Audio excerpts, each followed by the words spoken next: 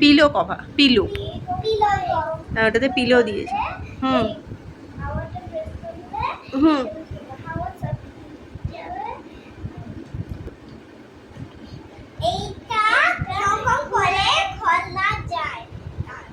তারপর এইটা ঢোকাতে হবে এখানে, তারপর এটা প্রেস করতে হবে, তাহলে হাওয়া পুরো আর কি কি আছে দেখি? দুটো পিলো কভার দিয়েছে, আর কি দিয়েছে? হুম, এই পিলো কভার দুটো রাখ এখানে। ও এইটা এটা এটা এটা একটা পাঁচ বালিশের মতো। এইটা বেড, এইটা বেডটা দিয়েছে। ও ও আচ্ছা আচ্ছা, এটা একটা বেডটা দিয়েছে। এটার ওপরের মনে হয় মেটেরিয়ালটা বেশ ভালো, মানে সিল্ক টাইপের নয়, এটার ওপরে মেটেরিয়ালটা কাছ থেকে দেখাচ্ছি।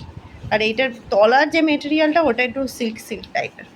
এই দিকের যে মেটেরিয়ালটা না, ওইটা যদি মানে কোনো কিছু যদি ফুটো করা হয় তাহলে হাওয়া বেরিয়ে যেতে পারে, কিন্তু এই দিকে মেটেরিয়ালটা খুব সুন্দর। কেউ যদি এর ওপরে বেডশিট পাতে তাহলেও চলবে, একটা সিঙ্গেল বেডশিট পেতে নিলেও পরিষ্কার থাকবে। অনেকগুলো কালার আছে, এটা স্লেট কালারের, ব্ল্যাক আছে, হোয়াইট, একটা বেজ কালারের আছে, সেটাও বেশ সুন্দর।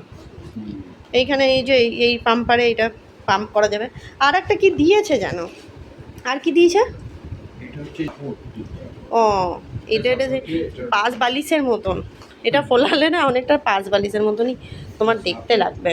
এই যে এটা ফোলালে, ফুলিয়ে তারপরে সেট করে আমি দেখাচ্ছি কেমন দেখতে লাগছে।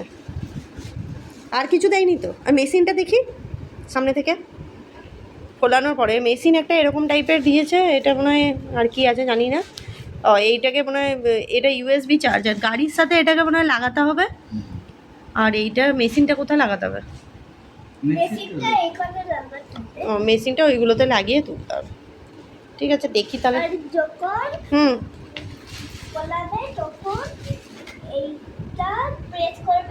এটা প্রেস করতে হবে।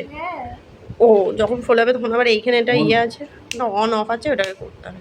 ঠিক আছে লাগিয়ে দেখি কেমন লাগে।